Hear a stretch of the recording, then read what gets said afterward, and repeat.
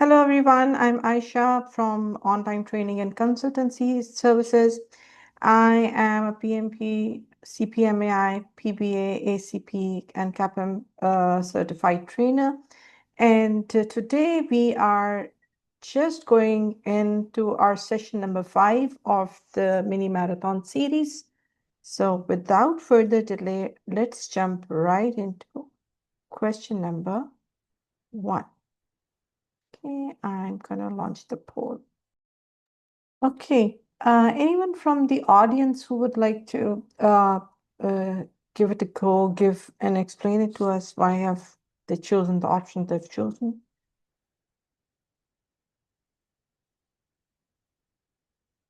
Yes, Ans. Yes, please go ahead. Am I audible?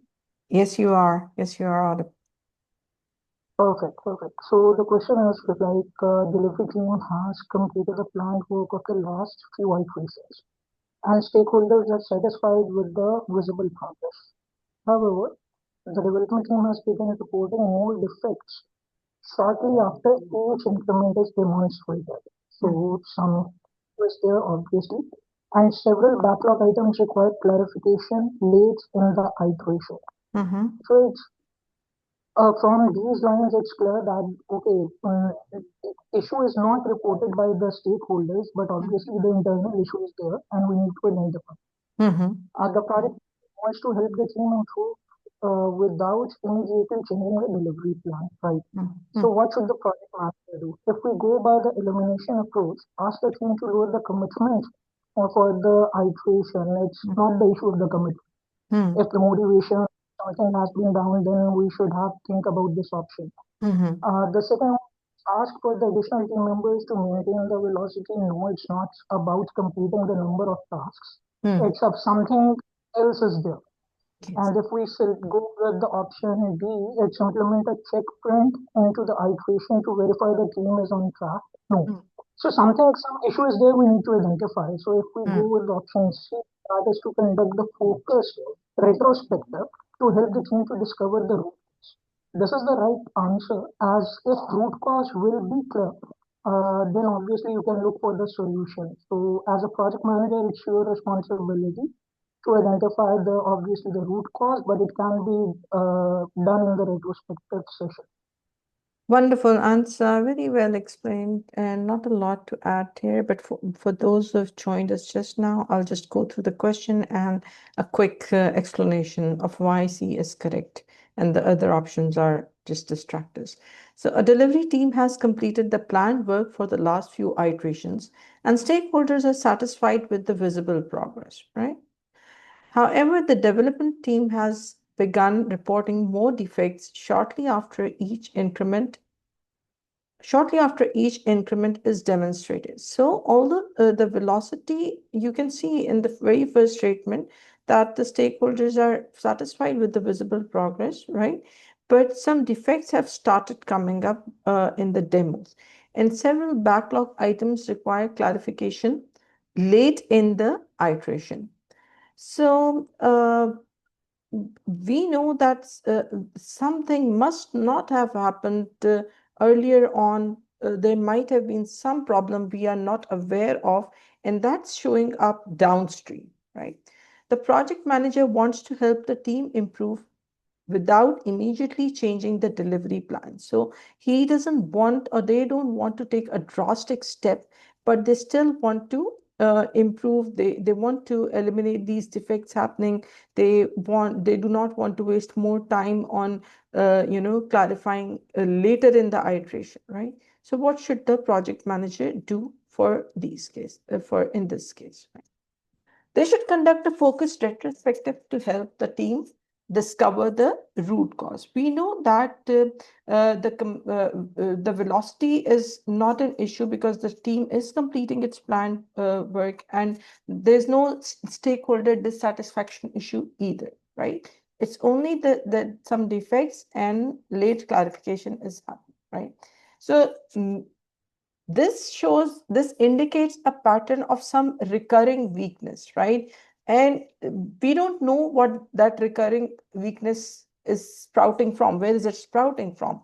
It could be a lot of different things. It could be that your backlog is not clearly defined, it's not ready. It's maybe people are in, just rushing towards validation and not thinking through the work itself. Maybe the user stories are not very accurately refined, or maybe the quality practices that should have been ensured have not been ensured, right? So this could be a host of issues which we are not aware of yet, right?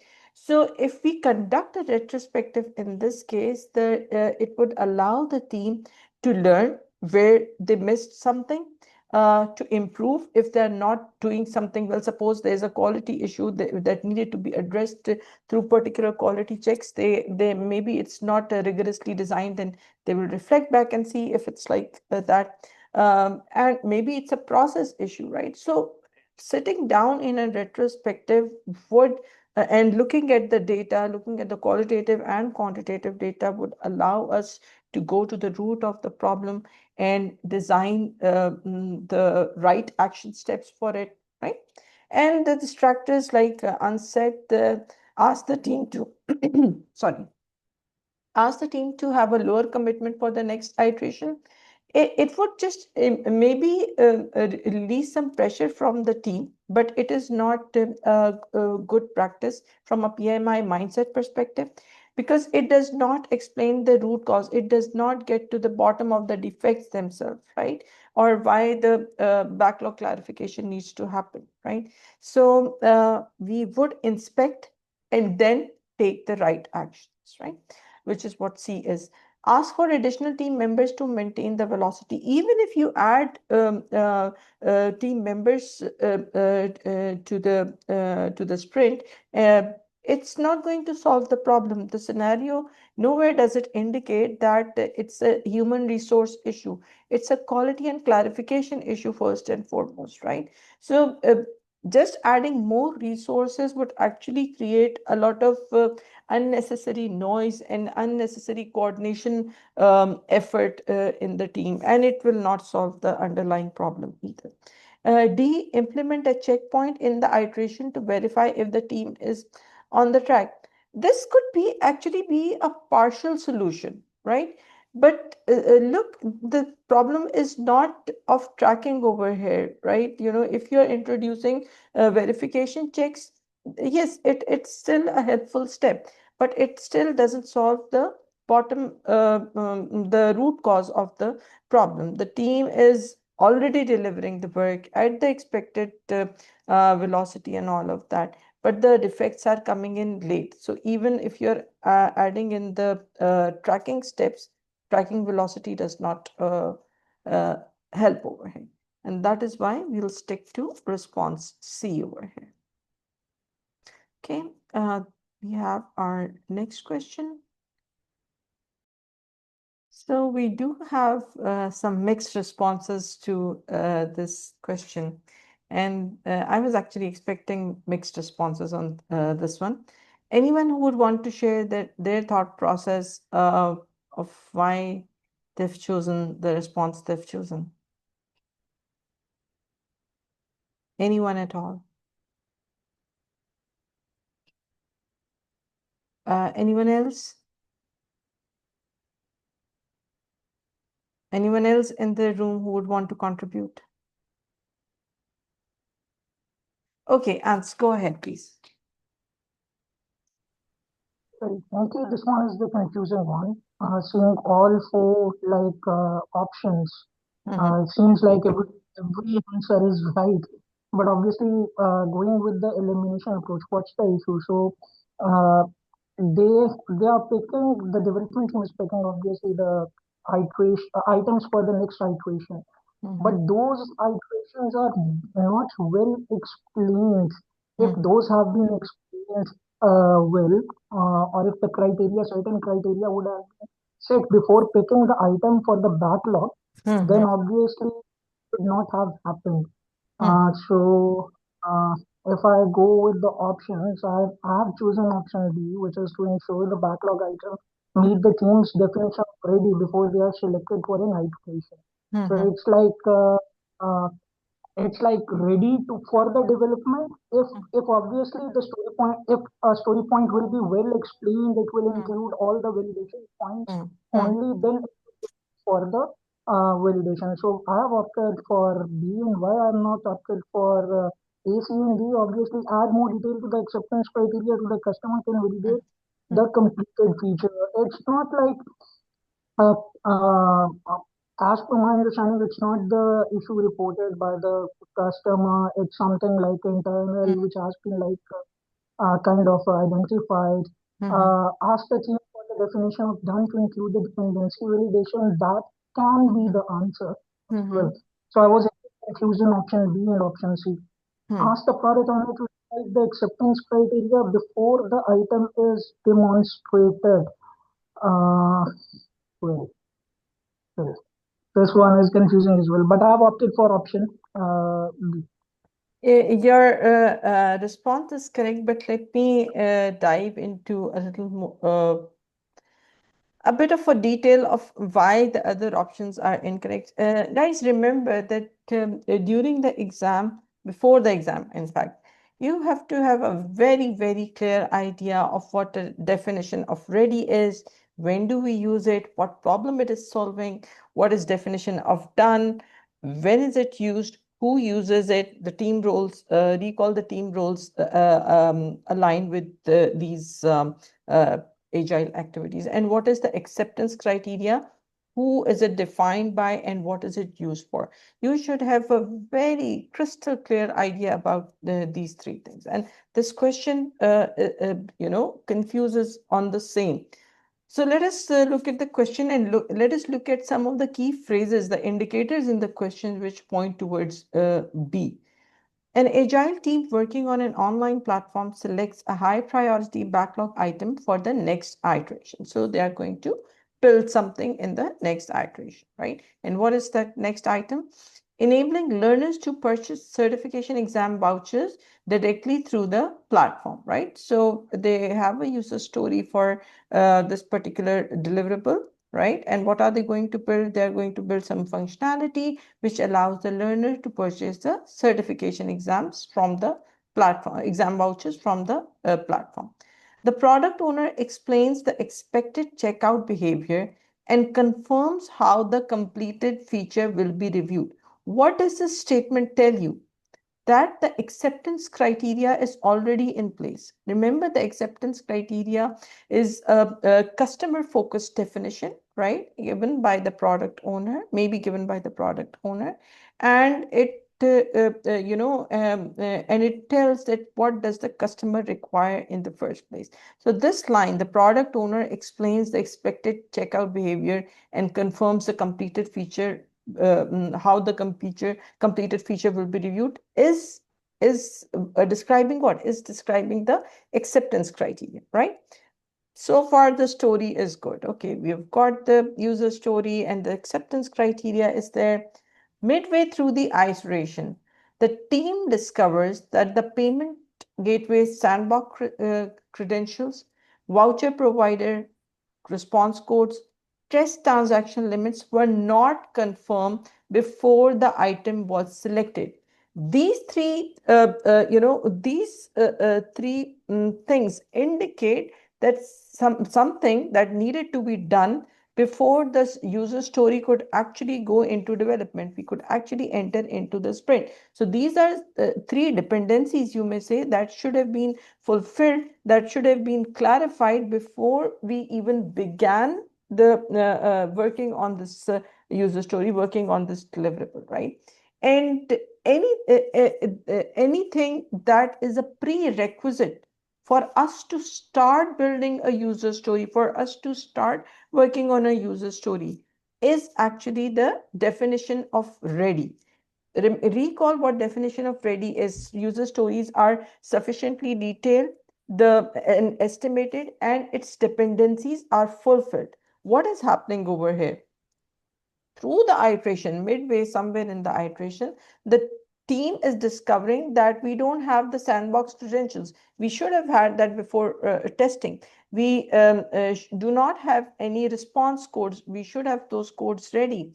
and test transaction limits were not confirmed before the item was selected. Another dependency, right? So these should have been ready before you even began before you can even begin working on the user story. So the definition of not ready is not there in this case. It's not complete in this case, right?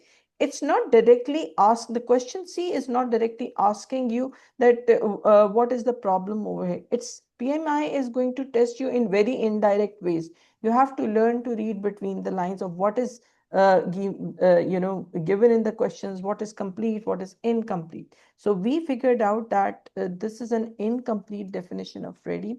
And we know that similar interruptions have occurred in the recent iterations as well, right? So what should the project manager do to prevent this from recurring, so that this does not happen again and again, right? So let us look at, I hope you got the context of the questions. Let us look at the responses now. Uh, Definitely, if some dependencies are missing, if some context around the user story is missing, right? They're not sufficiently detailed. Then you make sure the first item the team and the product owner and everyone on the team needs to do is make sure that the backlog items fulfill the definition of ready before they are selected for an iteration, before they are locked into a sprint, right? Since the issue is before and during the start of the work, it is not at the customer acceptance stage. We read it from the question as well, that we are planning for the next iteration and this issue has already happened in the previous iterations, right? So, and the product owner has already explained the acceptance criteria over there. So it's not an acceptance criteria is issue. The expectations are really, really clear, right? So that is why um, that is why definition of ready before we pick an item for the sprint needs to be clear, needs to be complete, right? Um, Ask the product owner to rewrite the acceptance criteria before the team is before the item is demonstrated. Um, mm, it won't help in this situation. The situation is not about the customer not accepting something, right? The question is about the team having insufficient level of information about the user story, which is preventing them to start work, right? Um, PO has already done all of the clarification, right? Ask the team to update the definition of done to include dependency validation. See, definition of done comes when you have completed a deliverable but not yet delivered. It is the team's internal checklist. It's internal team criteria for a deliverable to be considered complete and ready for customer use. It's an internal criteria. Acceptance criteria comes from the customer. It is a customer facing description, and definition of done includes everything the team needs to do: the QA, the testing, the integration, looking at the infrastructure of how it's going to work in the live environment and all of that. The customer is not concerned with that work. Yes, it's going to help deliver a working solution, but the customer would only want that, okay, I want to come and purchase this exam certification voucher from here. They don't know anything about your QA process. They don't know how you integrate, what integration items you need to complete and all of that, right? So they're not concerned with that. That falls into the definition of done, which is a team-centric definition of what work needs to be completed for a user story to be fully functional, right? Um, Over here, that's not the issue either, right? Add more detail to the acceptance criteria so that customer can validate the completed feature. This does not make any sense at all. We already know from the context that the acceptance criteria is sufficiently detailed, right? So we just need to clarify the dependencies, the test data, maybe the access and the technical details, which would allow us to work on the given user story. Okay, I hope it that was clear. Let us look at the third question. Yes, Salman, go ahead, please.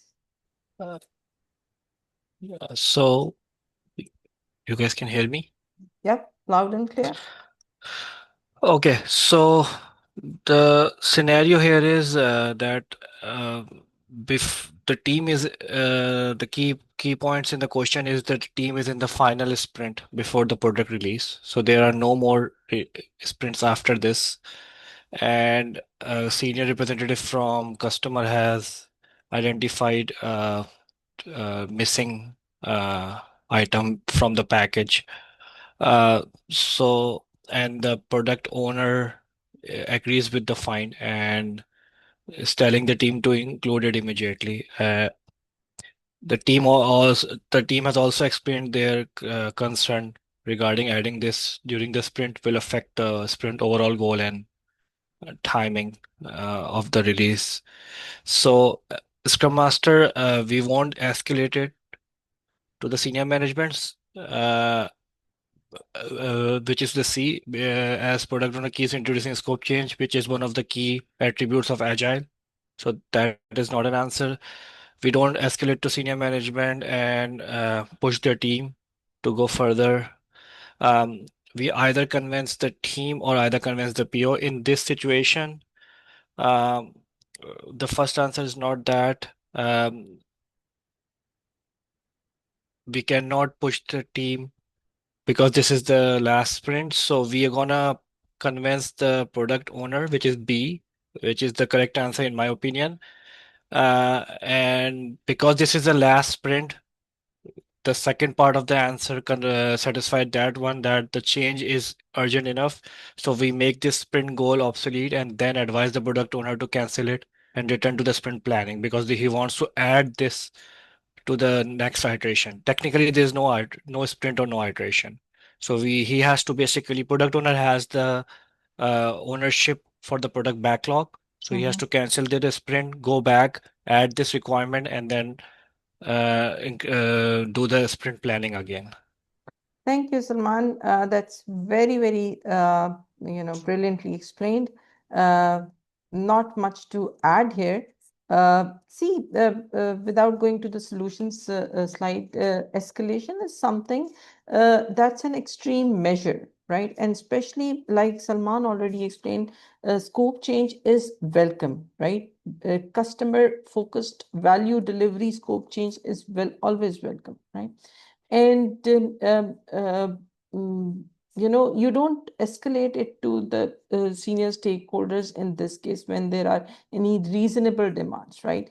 And if it's a high value increment and or a high value deliverable that the customer is expecting, then since this is a final release, you need to reconsider the viability of the current work and accommodate the new valuable work in this case, right? Uh, right. This something is happening. See, I earlier also explained that in Agile, changes are welcome, right? Change is welcome, but change is not free, right? This is a core concept which applies on many scenarios. This is essentially what's happening over here. The PO has relate to the team that there's a very valuable feature, but the team has its own concerns, and now that a trade-off needs to happen, right? The trade-off would definitely be the one in which you're favoring the customer, adding most value for the customer. So the product owner, the Scrum Master needs to convince the product owner that if we think about value delivery, what is the thing that we need to do? What is the trade-off then that needs to happen, right? Do we cancel the sprint, or do we, work on the same thing and mm, take things further in the next sprint? So this trade-off needs to happen over there.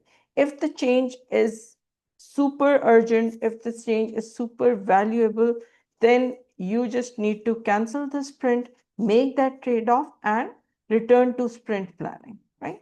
So that is what it's all about. Okay, question number 4. Mm, let me open up the poll for this one. Okay. A product team is preparing the vision statement for a new hospital patient flow management platform. The draft states for hospital operations teams struggling with emergency department congestion and delayed bed assignments, Flow Care provides real time visibility into patient movement, bed availability, and discharge readiness. Unlike manual coordination through calls and spreadsheets, the platform helps hospitals reduce bottlenecks, improve care coordination, and makes faster placement decisions. So, what you essentially see in front of you is a vision statement, right? For a solution, for a product, right? So, this is the context over here. This is the background context, in fact, over here.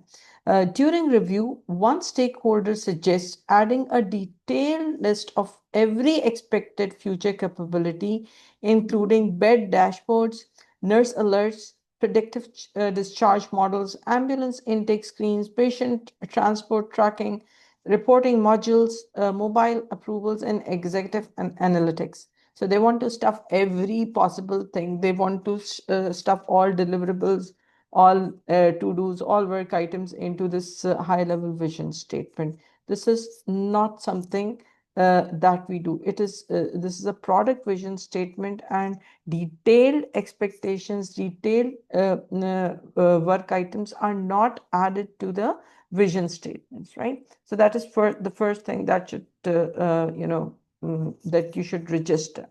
What is not part of the product vision statement? It communicates the fundamental why and what for the project. Yes, this is a part of every single product vision statement. Why does your product exist in the first place, and what is the end goal it wants to achieve? Describes which needs the product fulfills, how it provides value, and for which customers. Yes, this is another important feature of a vision statement. It provides how the need is being fulfilled, what features are, which needs are going to be fulfilled, how value will be delivered to the customers, and what is our target market or target customer segment, right? So the product vision statement also always describes that. Primary differentiators of the product line with respect to competitive alternatives. Yes, the vision statement always gives your edge. What is your USP? What is your unique selling point? What sets you apart from your competitors? That is always included in the statement as well.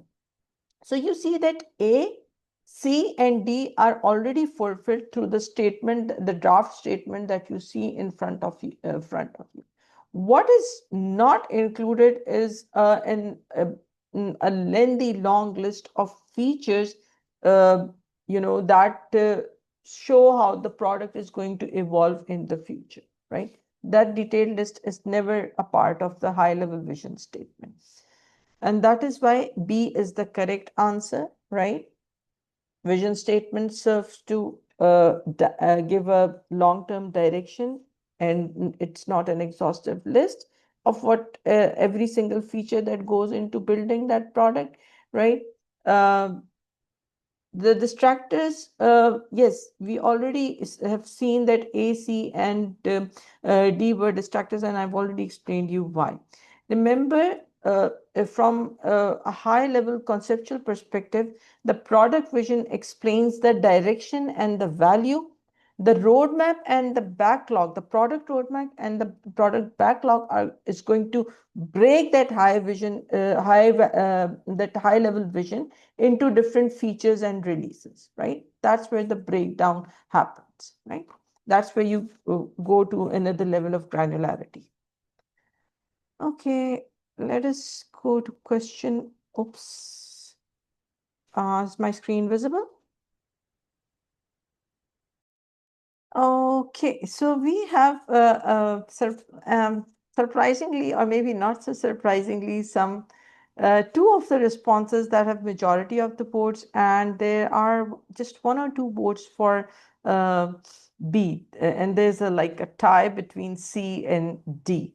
So this is something I would probably want someone to explain it to me, whether their choice is D or C or whatever, and why it is, right? A and B, we know, are clearly not the answers, and the confusion over here should be on C and D. What is it? Yes, Hans. Please go ahead. Well, actually, the question states that the team is preparing for the first iteration on the product enhancement initiative. Mm-hmm. Okay.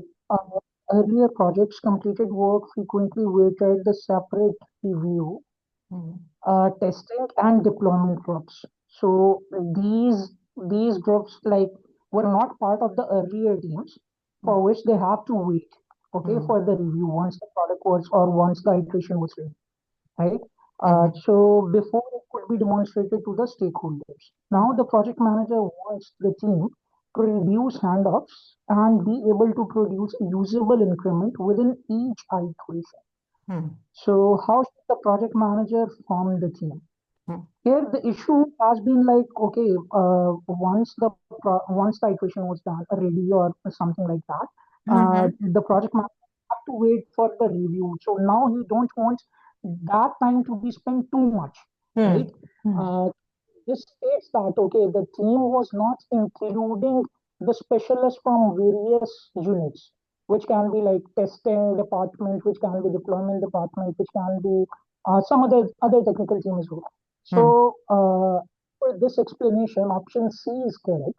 So form a cross-functional team by it means it is reflecting that okay, the team is composed of various subject matter. You can say the subject matter people from various departments, and that the team has the expertise in the required domain, and this way the time will be spent less. So the project manager won't have to wait long for the review, neither for the like kind of a detailed testing afterwards. So the option C is correct. That is very, very correct. See, we have to have a very clear idea, and this is something I notice a lot of times people being unable to understand the difference between generalized specialist and a cross-functional team, right? Ans has explained this so very well that I'm not going to, spend a lot of time on explaining the options to you.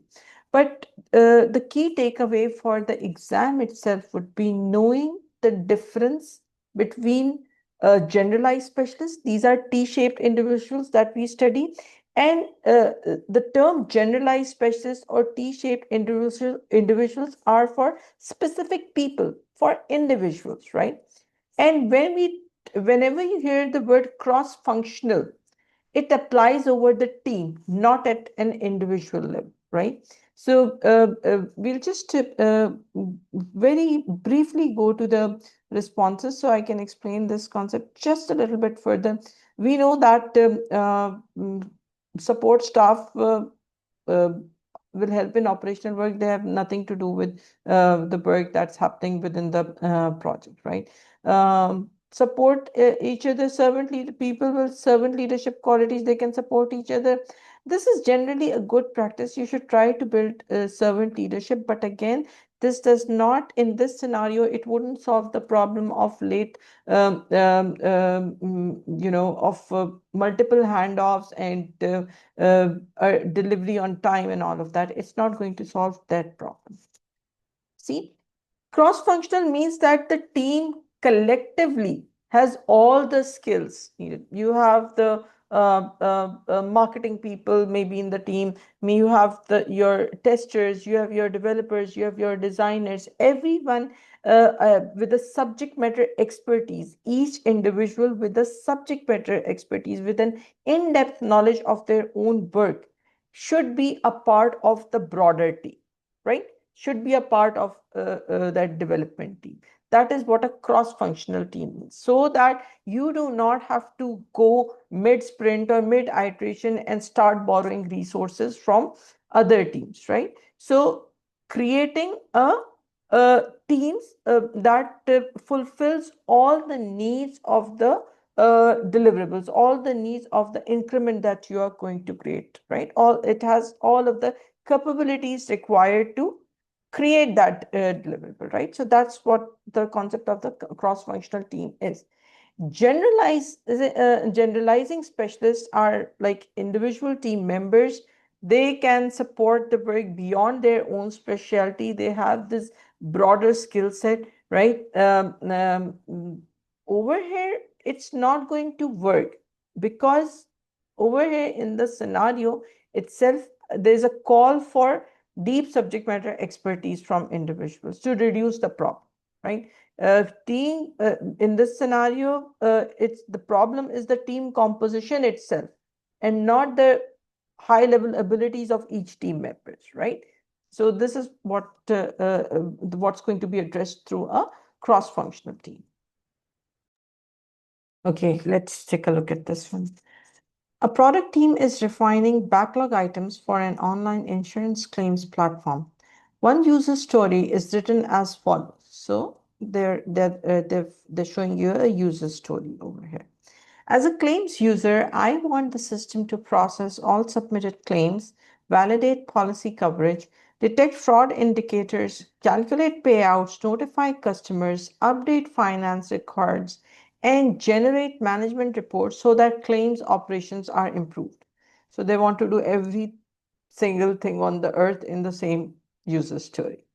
During refinement, the team struggles to estimate the story, identify dependencies, and determine whether the item can be completed within one iteration, right? So what is the problem going on over here? What should the project manager do, right?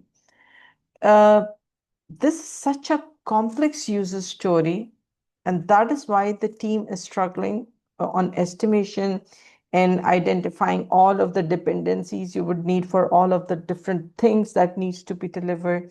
And they're also wondering that if they could even deliver all of this stuff in all of these features in a single iteration, they're checking if it's even viable, if it's even feasible to do that, right? Do they even have the capacity to do that?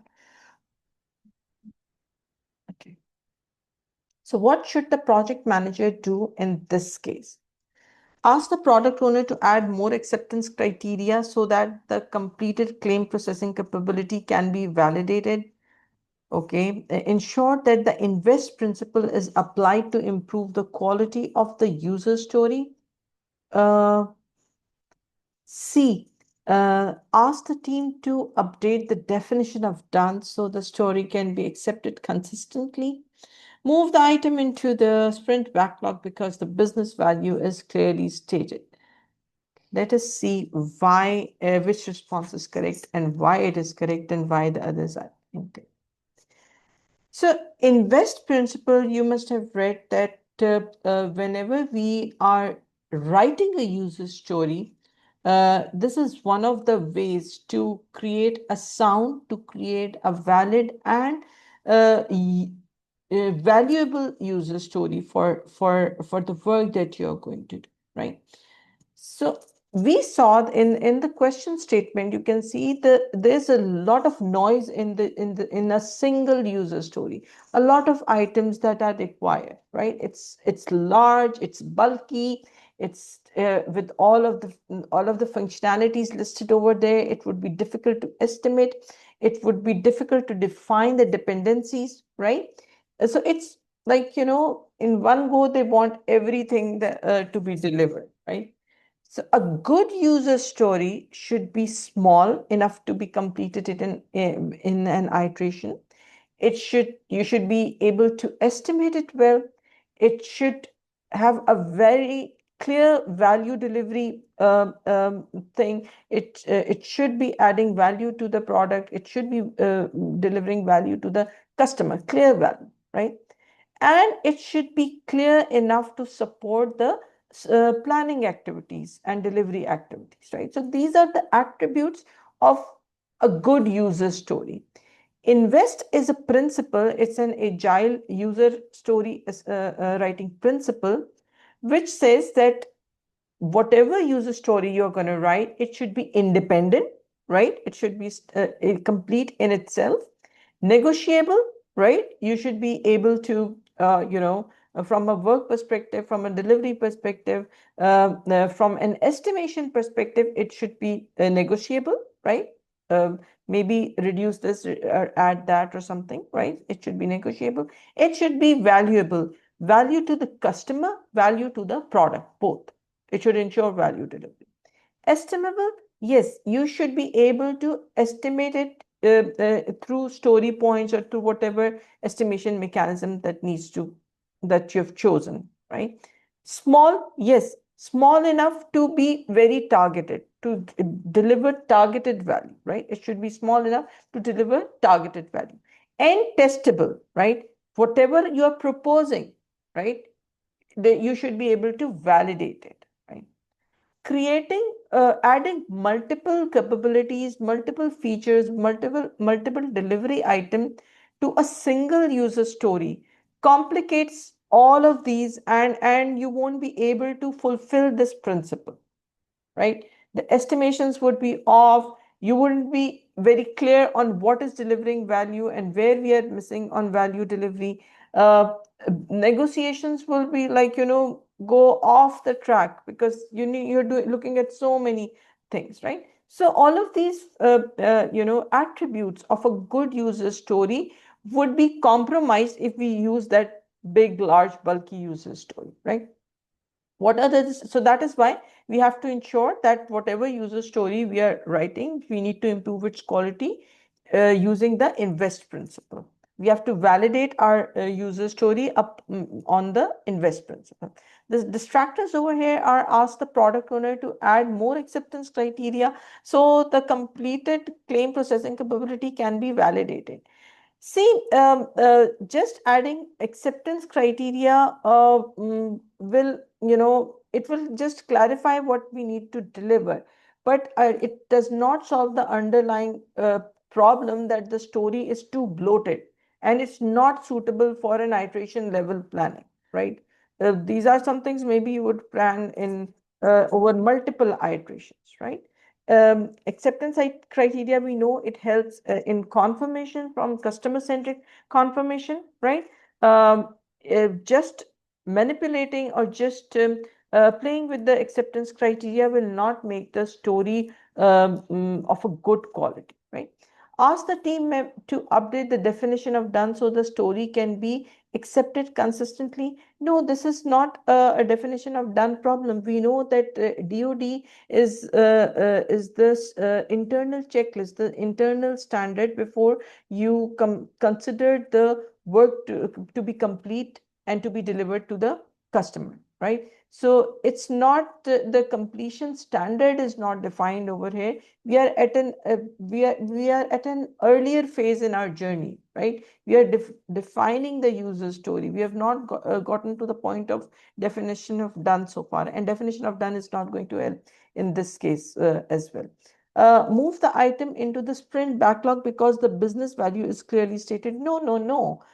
Business value is not clearly stated because the story again is containing multiple items to be delivered, and for business value to be stated clearly, the story needs to be very well defined. It needs to pinpoint the value that it's going to deliver, right? Maybe it's at some higher level giving you the idea of value delivery, but it is not pinpointing it to the exact granular level, right? So it's not brief, it's not focused, it's very high level at this point. So you will not move the user story to the sprint backlog in this state. I hope you got the idea. Now let us move to question number 7. So this is a classic case of in this particular question, product owner or any other stakeholder comparing two agile teams based on their similarities in team size and role titles, and expecting them to deliver the same number of user stories within a defined sprint. But the primary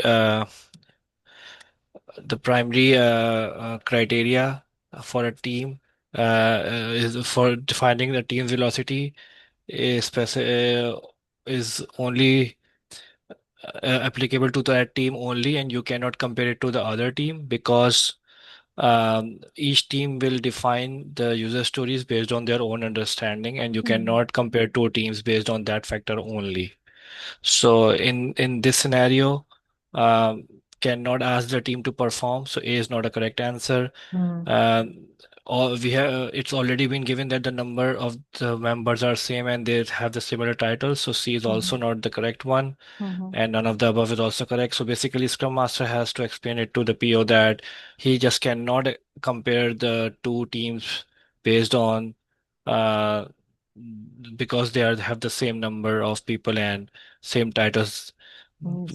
because primarily because their understanding of giving user story points to user stories will be Mm. different, and each team has its unique velocity understanding. Yes, that is correct. Very well explained, Sman. This was a very easy one. Under no circumstances. This is from an exam perspective.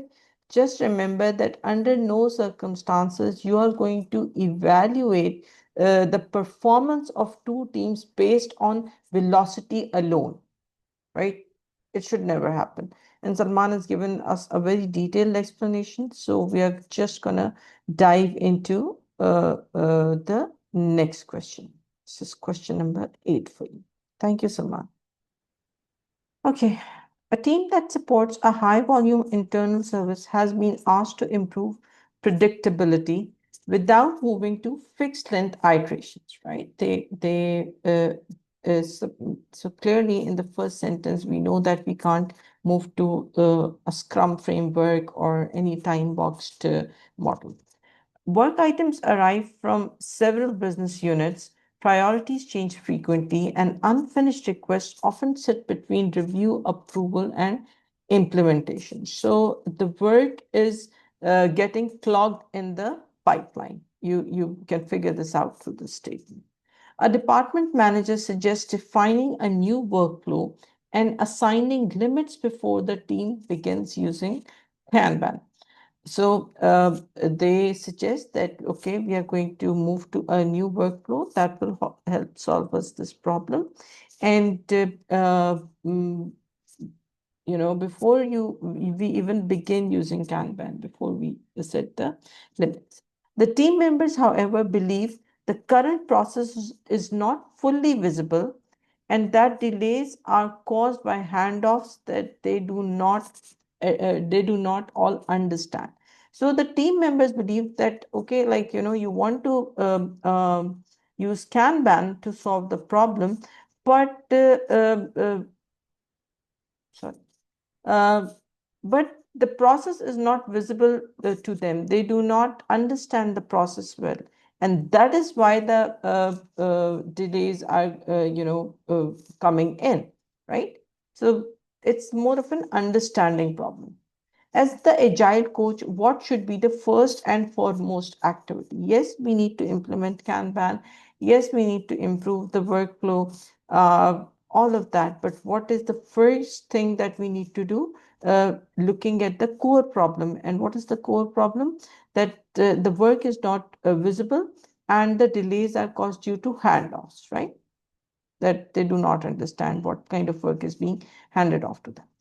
Have the line manager map the current workflow, analyze and ask him to introduce the new process. That does not solve the understanding problem for the team, right?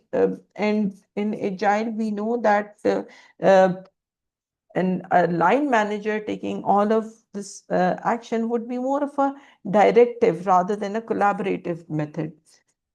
B, since you are responsible for ensuring correct use of Kanban methodology, you hire a professional trainer and analyst to provide formal training to the team. Okay, training does help. Knowing how a methodology should be used does help, but that is not the root of the problem over here. It doesn't say that the question doesn't tell us that the team does not understand how Kanban works or what are the principles of Kanban. So hiring a professional trainer and training the team would not alleviate the problem over here.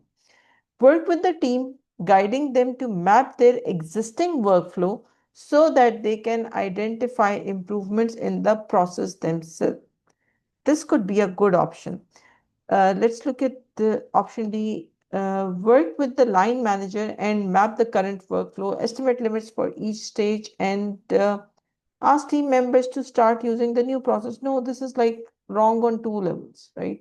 First, again, the line manager thing, just eliminating the team from the entire discussion and discovery process and just having the line manager sort it out for them doesn't work, right? And up till now, it's not even estimation or a web problem, right? So C seems to be the most likely response over here. Yes, and C is the most suitable response over here. Uh, whenever we begin working with Kanban, the first step that we take is to make the existing as is workflow visible, right? And then you improve it, then you identify the gaps collaboratively with the team rather than coming and doing a force and direct step and implementing whatever the line manager, senior manager, or anyone has designed, right? So that is not the way in Canva, right? Remember when in a lot of questions, we see that when this is not a hybrid session, but know that from an understanding perspective, that whenever organizations move from predictive to agile, in a lot of scenarios, Kanban is a good choice, right? I'm not saying all of the time, but a lot of times Kanban is a good choice because it is less prescriptive. With Kanban, you can start where you are on an as is basis, right? And then you work through its principles. And what are the principles? That you start from the current state, you respect the current roles and responsibilities, you encourage leadership at all different levels. These are all Kanban principles from a framework perspective. You visualize the workflow, you limit the work in progress, you manage the flow, you make your all kinds of policies very explicit, very visible to the team, right? Which is what we saw was being violated in the other options. You implement feedback loops and you improve collaboratively. These are the guiding principles of Kanban, right? So you're going to involve the team, look at their existing workflow as is workflow, so that you can collaboratively identify your future state, right? The improvements that you need to bring. Line manager, again, option A does not work. It's a directive. We don't do that. Since you are responsible for ensuring correct use of Kanban, again, we talked about why training and analysis does not solve the problem over here. We've talked about it. Work with the line manager and the current workflow. No, simply estimating the WIP limits and asking the team to continue working on whatever work limits WIPs have been defined by the line manager would not help, right? Without understanding that there are problems in the current workflow and how those problems could be fixed, you can't implement something new. So this was the option D was wrong at two levels. It was a force and direct kind of a method. Uh, Question number 9, please. Yes, Salman, go ahead, please. In this question, it's very clear that the main roadblock or implement is the high priority backlog item that is blocked. And because it's high priority, it is also needed to finish the iteration, like the iteration goal. But the issue is it's dependent upon small chunks solutions provided by different team members.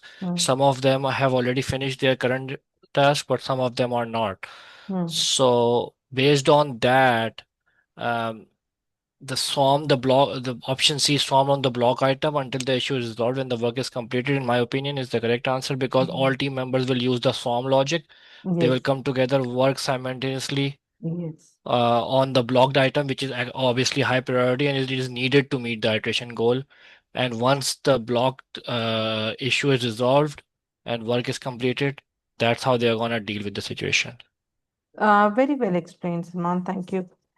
See, swarming is a technique through which you resolve problems of high priority, urgent items that are blocked or that are hindered due to one reason or the other. Right? It's an agile technique that is used for completing and delivering the work that is blocked, right? As and if the entire team comes together to work on the increment or work on the deliverable itself, whatever the deliverable is, right?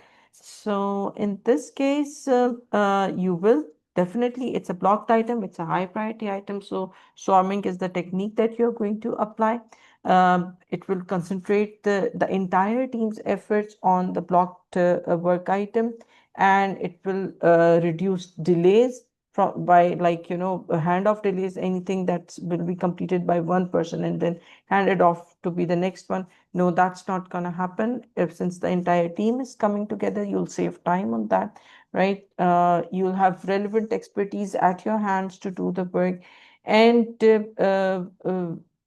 as a team you accomplish this goal rather than being distributed and some individuals starting on the next work, right? Because we know that this is a high priority deliverable that we need to deliver.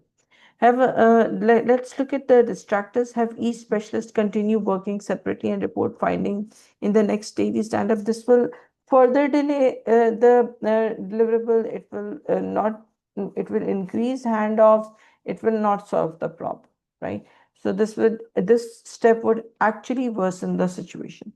Ask the product owner to move the blocked item to the next iteration. No, this is a high priority item that you're working it. It's you want to avoid the problem rather than fix it, maybe even complicate it further, right? It was something that you had promised to deliver. It was high priority, and you are moving in an opposite direction altogether. So this is not what you're going to do. Add more work in progress limits to prevent similar delays in future iterations. Yes, it may improve flow and everything, but that is a future-centric action that you may take. It doesn't solve the current problem of the high priority item being blocked, right? Uh, mm, Over here, swarming is the best alternative because we are working on a current specific blocker, current problem, right? So we'll not take a future-centric approach over it. It's not going to solve the problem. Let us look at question number 10. Yes, Satya. So there are several nomenclatures used in this question, which point us to the fact that we're not talking about a single sprint planning. Number one, we are planning for a discussion with senior stakeholders. When we're sitting on a sprint planning, it doesn't matter if the senior stakeholders are present or not, right? Sprint planning would include the tech lead, the dev lead, and mid-level hierarchy in the sprint planning session. Okay. And then we are saying that over the last several iterations, means several sprints, we are looking at the trend that how our work is being completed and how our completion point is always moving forward. So, and also we are saying that the project manager needs a visual tool that clarify both progress made and changes to the total amount of work expected. So because of these key words that are being used in the question and the need of the visual tool to identify the total amount of work being completed versus what is expected, not just for the sprint. So that is why I've chosen B, release burn down chart. Because it's not for the smaller amount of time, and the release burn up chart is not going to show how much work is being done versus how much work is being expected to be done. Also, the velocity chart is not going to fulfill my expectation of how much I am delivering in any of the sprint. So that's why the release burn. Okay. Thank you for the response, Atya. Ans, do you want to add something? Yes, actually, as per my understanding, the release burn down chart reflects the amount of work remaining, right?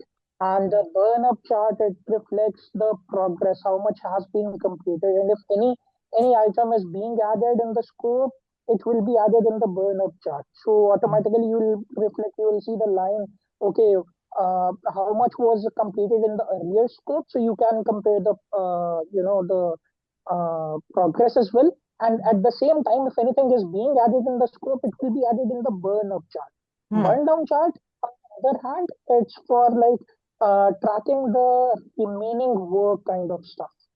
So as per my understanding, it's release burn up is the right answer. Yes. So I made a deliberate, it was a deliberate question to make people, our candidates, our delegates, and or the attendants speak about the burn up and burn down chart, right? So thank you both of you, Atya and Ans. The answer is actually release burn up chart, and for exactly the same reasons that Ans just identified. See, burn down chart is having a scope and just tracking what work is remaining, right?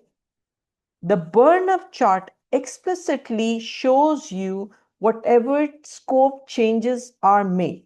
The burn down chart doesn't show this, right? You have a very clear idea that why it's not a sprint thing, it's a release thing. That's very, very clear. That's the first correct point that you pick up from this question, right? From this key phrase over the last several iterations, right? Since we are talking about several iterations, this is simply not a sprint level issue. That's completely correct. But why burn up and why not burn down, right? Let us look at the statement itself. And actually, a majority of the people voted for the release burn down chart, and few people voted for the burn up chart. See, in this statement, the project manager needs a visual tool. Yes, the visual tool could be the burn up chart or a burn down, release burn up or release burn down. Both. They both qualify this criteria of being a visual tool that can clarify both progress made. Yes, they both will clarify the progress made. The release burn down will tell you how much work is remaining. So that's also showing progress. And the release burn up will also tell you, what work remains, what work is being completed.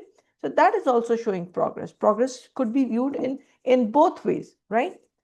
But there's a critical keyword over here that needs a visual tool that can clarify both progress made and changes to the total amount of work expected.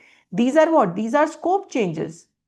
These are scope changes. Changes made to the total amount of work are, scope changes. And scope changes are reflected in burn up charts and not burn down charts, right?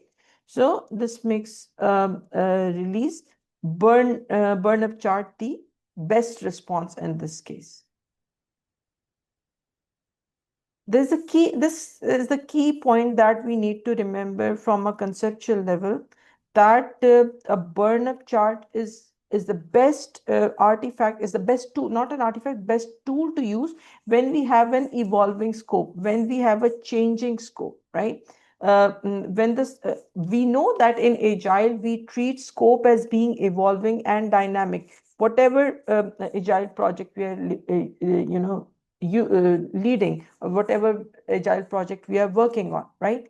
But if we talk of a relative scale, when the scope is frequently dynamic, right, and the scope change is going to be frequent, then burnups are a better tool to use because it shows the scope change and the completed work, right? Rising against the total scope, right?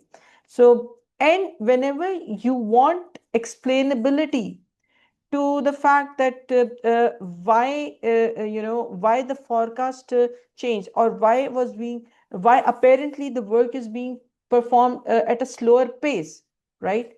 So you can pull up that burn up chart and say that it is apparently slow, but what actually happened was that there was a scope increase over here, there was a scope change over here, right? So that is made visible through a burn up chart. Burn down chart focuses on the remaining work within a single sprint. That's the sprint burn down, right? And the question clearly was, a trend over different iterations. The question was about a trend over spanning over different iterations. Release burn down, we know that it will only show the remaining work, but it will become confusing whenever any scope change is being happening, but it's not being captured in the chart, right? So that's why we have not chosen the burn down chart. Velocity chart is like, it serves as a planning metric, right? How many items did you completed per iteration? It doesn't clearly explains the total scope or the total expected work, right? And does not shows you the changing scope of the project itself, right? It is more of a planning metric than anything else, and it focuses on all the work that you have delivered so far and used for defining the future velocity of your team. So that is also incorrect. Option D is also incorrect in this case. Okay. I hope that is clear to everyone. Let us move to question number 11, please. Well, sir, we are like comparing two teams. One has completed 100 story points. The second one has completed 125 story points. And the executives are like they conclude. Some executives are concluding that team B must be performing better because their velocity is higher. Now we know that in agile, its velocity is not the only medium to compare the performance of the team. So here, obviously, we need to compare the performance, but the performance here can be compared with the number of defects. So whatever the quality of the outcome it's coming in, the least number of defects the team is making, they must be performing well, irrespective of the fact that how many story points they have completed. Still, there is a chance that okay, team B, if even if they have completed 125 story points, there might be more number of defects in their work. So comparing the performance, it's like in agile, the least number of defects is the answer. So option D is the right answer. Okay, that is correct, because again, this is the second question about velocity comparison, because value delivery is not just creating a larger number of work items or finishing a larger number of story points. Value delivery is directly tied to the amount of defect, your defect rate in a given feature or a given increment that you have created. So that is why we are going to prioritize the team's performance based on the number of defects in their deliverables, right? So we will look at the team which has the least amount of defects, and we will be able to judge that, okay, this team is performing better because it is delivering on the value expectations. With that, we have come to the last question in our marathon. Let us look at this one, please. Okay. An agile team completes a backlog item that allows users to submit account update requests through a self-service portal, right? So this is what functionality that they're building, right?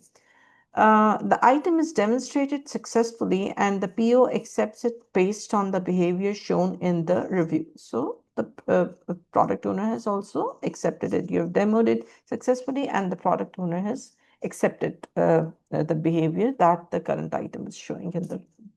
2 iterations later, the reporting team identifies that several submitted requests cannot be included in the monthly operations dashboard because some required request status values were not captured in a way that downstream systems could use, right? So what was delivered and what is happening in the real environment, there's a difference between that.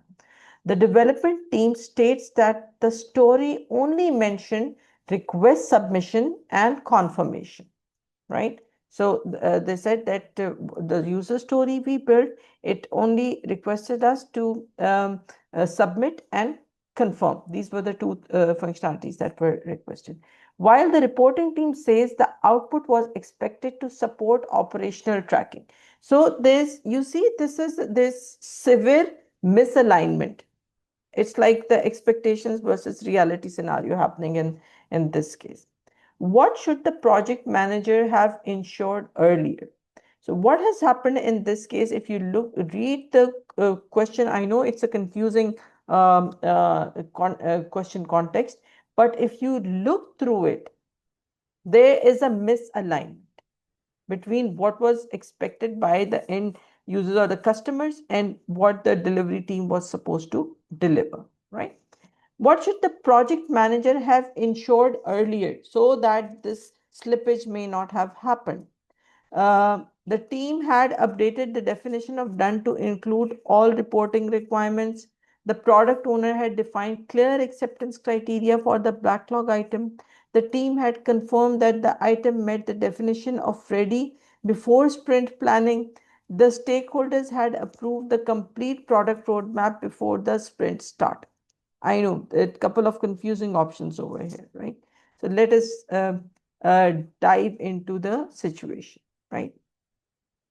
So we have seen that initially in the question, the PO has accepted it in the first place, right? Initially, that feature was accepted. But downstream, the problem started arising because specific acceptance conditions were not clearly detailed. They were not sufficiently detailed, right? The team built what? Request, submission, and confirmation, right? The delivery team built the request and submission and confirmation. The reporting team was expected to use request status values. They were expecting something for operational tracking, right? So there's a misalignment, right? Acceptance or completion criteria is what that must be met before the customer accepts the deliverable, and a user story helps for conversion to clarify details. Okay, in this case, what is happening? This conversation of what actually does the reporting team needs, it needs to have been done and a very granular at a very detailed level upfront. This conversation did not happen, and the team just went ahead. Maybe the PO also did not understood the reporting team's exact needs, and they went ahead and said that okay, we just need request, submission, and confirmation, right? So this detailed conversation with the customer, with the clients, or with the reporting team should have happened, should have clarified that what information the submitted request needed to produce for the feature to be acceptable. Now the submission request is missing some critical detail, which is being used by the reporting team in for operational tracking. So this detail was missing, right? So it is a failure of acceptance criteria, and failure specifically because some critical conversation had not happened, right? So we know that whatever information that needed to be in place should have been. Yes, Atya. Sorry to interrupt you, Aisha, but Yes. don't you think that the option D, had that conversation happened at the time of the making of product roadmap, it wouldn't have missed the acceptance criteria, because the product roadmap would have included the sequence diagrams and the necessary reports or functionalities or minute features that we needed to include in the reports, right? Not all the time, because product roadmap again is uh, mm, from a textbook perspective. Suppose, Atya, when we work in practical environments and what is expected in in a textbook manner in the exam is a bit different, right? Yes, product roadmap would give you a high level idea of what should be expected and what should be of what the customer is expecting at a high level. But if we stick to the strict textbook definitions, then acceptance criteria for specific backlog items is detailed at a granular level uh, through progressive elaboration, right? A roadmap will give you general direction over time, right? Maybe release over release. Acceptance criteria for a particular feature, for a particular user story, would move through the mechanism of progressive elaboration, right? When you actually get to that point, when you actually get to building that feature or delivering that story, right? So this acceptance criteria, which you are going to define maybe before planning it, this will be done at a later stage, not at a product roadmap level, right? So according to the PMP concept, product backlog is at a higher level. When it is formulated, it is very high level. It may not have those granular level details of the acceptance criteria. This could have and even if if let's play the devil's advocate over here and say that it should have been done over there. So the question over here is that the problem over here is that conversation did not happen, that could have sufficiently detailed. So again, would fall in any case on the product owner to define and to have met with those people and clearly define the acceptance criteria for the backlog item, right? It should have been done earlier, but maybe not like when you're building a high level backlog. Does that answer your question, Atya? Okay. Yeah. Got Yes, it? it So, does. Thank you. and a lot of times, yeah, we do understand that when as practical project managers, as practitioners, we would do certain things differently. And that is what the exam would test us, that, okay, what should you be doing by Agile Practice Guide standards through PMBOK standard, and what we do in our day-to-day approaches. Got it? Noted. Okay. Thank you. So, and this is not a definition of ready, because we know definition of ready is an internal checklist, right? Fulfilling the dependency estimation and those kind of needs, right? That is not the issue over here. The issue is that clarity has not been defined very well right at the upfront, which the product owner should have done in the first place, right? So with that, I hope it solves, everybody's understanding. Everybody has a better understanding of this now. With that, we come to the end of our session for today. We'll be posting it on YouTube. All the best for your exams. Bye-bye.